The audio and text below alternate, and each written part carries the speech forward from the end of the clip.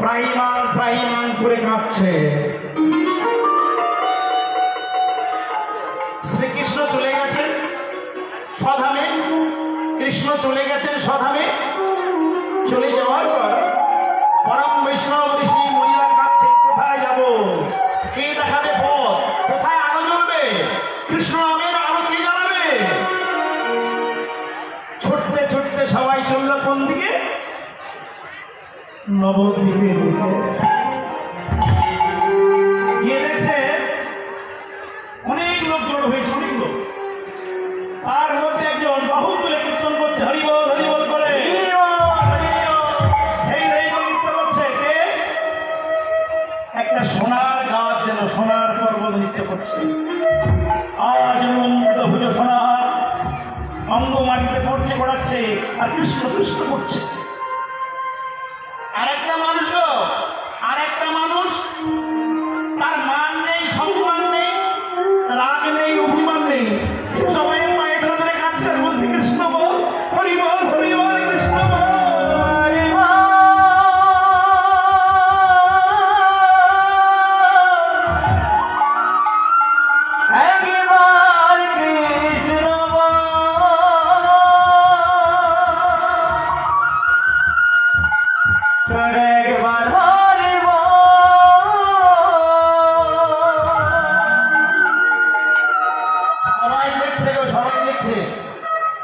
একটা মানুষ হাতে পায়ে ধরছে কৃষ্ণ বলার জন্য, মান নেই, সম্মান নেই, তার কিছু নেই গো। কে সেই মানুষটা? অক্রোধ পরমানন্দ।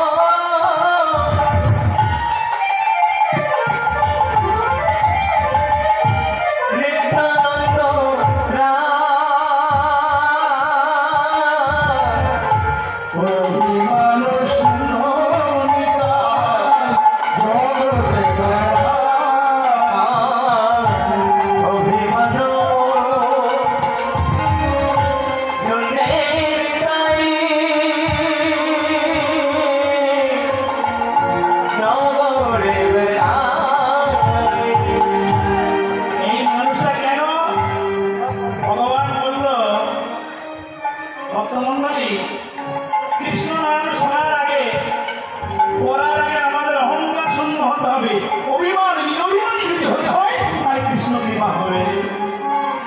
অভিমান যদি থাকে তাহলে কৃষ্ণ কৃপা করবে না। অপ্রতি নিত্যানন্দ জীবের দ্বারে পায়ে ধরে কীর্তন করছে, আর এদিকে জমদূতের দল, জমদূত দূর থেকে দেখছি কি হলো, একই হলো, যে কীর্তন করছে সে উদ্ধার হচ্ছে, আর যে শুনছে সে উদ্ধার হচ্ছে, একই না? আবার জমদূতদের কাজ কি হলো? জমদূতদের কাজ হলো মরদেহ বহন করে নিয়ে যাওয়া বিচার হওয়ার জন্য, তাই তো? স্বর্গরাজ্যে কি বহন করে নিয়ে যাবো? পাপ তো নেই কলিতে, কলিতে পাপ নেই, তা কি হবে? যমরাজ বললো পাপ নেই কেন? তাহলে পাপ কি করে থাকবে বাবা? যে কীর্তন করছে সে উদ্ধার হচ্ছে, আর যে শুনছে সে উদ্ধার হচ্ছে। যমরাজ বললো তাহলে কি করা হবে?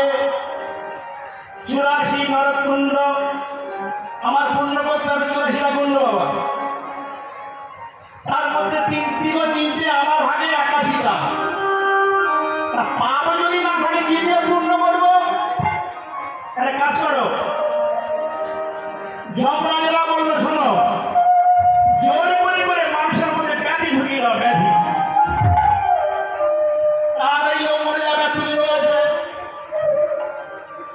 যমরাজ যে কথাটা বললো, যমদূতরা বললেন কি করা হবে? কলির লোক চালা জানে, যত রোগ দেবে তত ওষুধ সৃষ্টি করবে।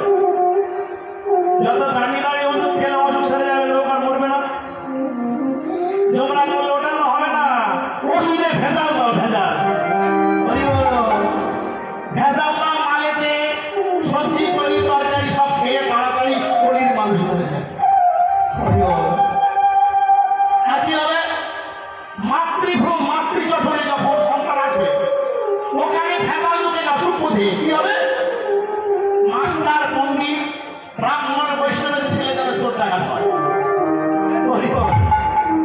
এই কলি রাজত্ব চলবে। ঠাকুর বললেন তাই হোক, তবে একটা জায়গা তোমরা যেতে পারবে না। কোথায়? যেখানে আমার ভক্ত আমার নাম কীর্তন করবে, হরিব কৃষ্ণ নাম করবে, তোমরা সেখানে যেতে পারবে। ভক্ত মন্ডলী, সেই কৃষ্ণ নামের অধিকারী আমরা মানুষ। পশু হয়ে গেলাম অবশাসন হয়ে কৃষ্ণ নাম করতে শুনল। আমরা মানুষ হয়ে আমাদের চরিত্রের পরিবর্তন হলো না। তার জন্য কোথায় যাব? একমাত্র পথ কোথায়? শাস্ত্র বললেন সংসারের বৃত্তের সব এই রসপথ ফলে আত্মম্বিত রসস্বাদ সঙ্গম সুজন সহ। এই সংসারটা বিষ। কি বাবা, সংসারটা বিষ। ছেলে বউ মেয়ে নাতি পুতি সব নাকি বিষ গাছের ফল। কি হবে? মাছ ভাড়া করবো। এর জন্য কি করতে হবে? কাব্যামৃত রসস্বাদ। কাব্যামৃত মানে রামায়ণ ভাগবত পুরাণাদি গীতা শ্রবণাদি করো, সঙ্গম সুজন সহটা সঙ্গম করো, সাধু সঙ্গ সাধু হরিব হরিব। কোটি জন্মের ফলে ভাগ্যের ফলে কি বৈষ্ণব আসে দাঁড়িয়ে এমন একটা পরম বৈষ্ণবের চরণ ধুলো যদি মাথায় পড়ে ধন্যাদি ভঙ্গ করে দিচ্ছি। তাই বললো শুধু একবার কি কৃষ্ণ কৃষ্ণ কৃষ্ণ। ভগবানের মাধুর্যময় কণ্ঠ শ্রবণ করে আপনারা সবাই জানেন তো বাবা, সেই যাদবাচার্য বৈষ্ণব যাদবাচার্য তার স্ত্রী ভগবানের মধুর থেকে মধুরানবী কীর্তন শ্রবণ করছে। মধুর দ্বারা বললাম কেন? কণ্ঠস্বর এত সুন্দর, কাদের কণ্ঠের নাম শুনে উদ্ধার হবেন। আপনারা এসেছেন পুণ্য অর্জন করতে, কার কণ্ঠস্বর? আমার মতো ভদ্রলোকের না। না, যে কণ্ঠে ভগবান সেবা হয়, যে কণ্ঠের নামে দিয়ে প্রভুর চরণ সেবা হয়, যে কণ্ঠের নামে দিয়ে লালিত্য শুনিয়ে গরিব পশুরা তারাও কৃষ্ণ বলে, যে কণ্ঠের নাম শ্রবণে চোখে জল আসে, সেই কণ্ঠস্বর গৌরাঙ্গ মহাপ্রভু কীর্তন করছে। যাদবাচার্যের স্ত্রী কি করছে বাবা? পূর্ণ করছে সেবা দেবো বলে বলে বাচ্চারা কি একা করে খাচ্ছে, বাচ্চারা এসে দুধ দুধ খাচ্ছে। কৃষ্ণ নামের কেমন মহিমা দেখো, কৃষ্ণ নামের মহিমা।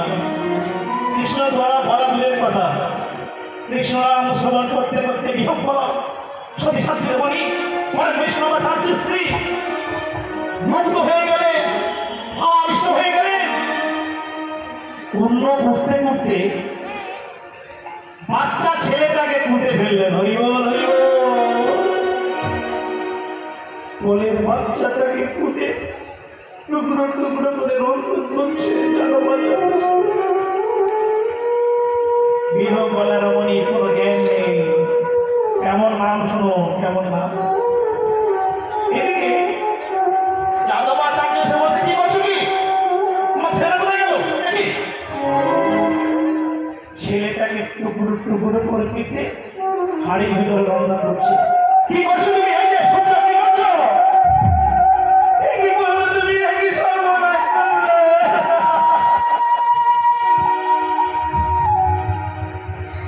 মহাপ্রভু এসে বলছে যাদব, যাদব তুই কাঁদছিস কেন রে বাবা? তো কি হয়েছে? ঠাকুর আমার একটি মাত্র ছেলেকে দেখুন না, আমার স্ত্রী কেটে টুকরো টুকরো করে রন্ধন করছে। কি বললে? তোর ছেলে কই? তোর ছেলে রন্ধন করবে কেন? কই দেখি। খোকা, এই খোকা। যেই নাকি খোকা খোকা করে রাখা অমনি বাচ্চারা হাড়ির ভেতর থেকে এসে বলছে বাবা।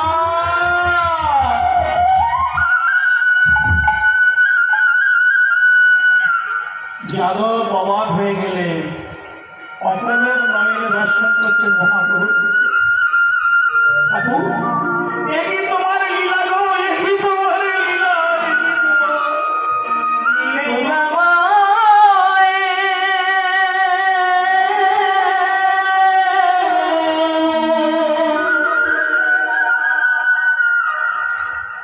এই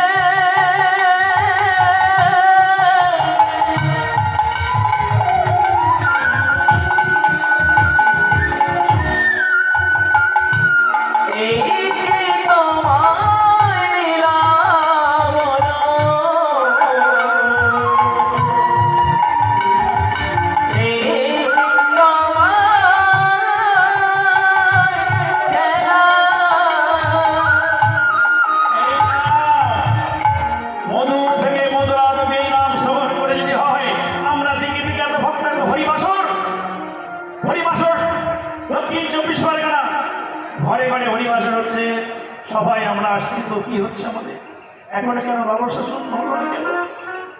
আমাদের মধ্যে কামনা বাসনা এখনো জাগ্রত।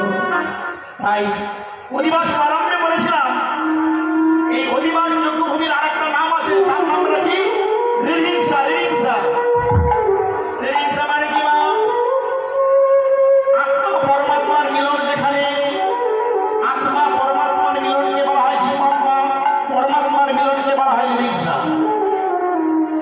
শ্মশান আপনারা সবাই জানেন, এই যে আপনাদের ঘরের ধারে শ্মশান, কয়েক বছর আগে আমি গান করে গেছিলাম ওই শ্মশানটায়। শ্মশানে পোড়ানো হয় কি? শ্মশানে পোড়ানো হয় মরদেহ, তাই তো? যেখানে মরদেহ পোড়ানো হয় তাকে শ্মশান বলে, আর যেখানে জীবন্ত দেহ পোড়ানো হয় কি বলা হয় বাবা? জীবন্ত দেহ যেখানে পোড়া হয় তাকে বলা হয় মহাশ্মশান। এই হরিবাসর হলো মহাশ্মশান। এখানে জীবন্ত দেহ কি পোড়ানো হচ্ছে? এখানে কৃষ্ণ নামের আগুন জ্বলছে, আর ওখানে চিতায় জ্বলছে কি? কাঠের আগুন। এখন চুল্লিতে পোড়াচ্ছে, তাই নয়? কাঠের আগুন, চুল্লির আগুন, আর এখানে পোড়াচ্ছে কি? কৃষ্ণ নামের আগুন বইছে। এখানে পোড়ানো হচ্ছে জীবন্ত দেহ কি? আমার আপনার মধ্যে কামনা বাসনা, ছটি রিপু, ছটি পশুকে এখানে জ্বলানো হবে, পোড়ানো হবে। এই সেই মহাশ্মশান। ব্যাধি আর অধি, এখানে অধিবাস যোগ্য ভূমি। অধি অপর দিক ব্যাধি। ব্যাধি মানে অসুখ, তাই তো? ব্যাধি মানে অসুখ। টাকা দিয়ে ওষুধ খেয়ে যেটা সারে তার নাম হলো অসুখ, ব্যাধি। আরে শুনে, পয়সা দিয়ে ওষুধ খেয়ে যেটা সারে তার নাম ব্যাধি, আর পয়সা দিয়ে সারে না তার নাম অধি।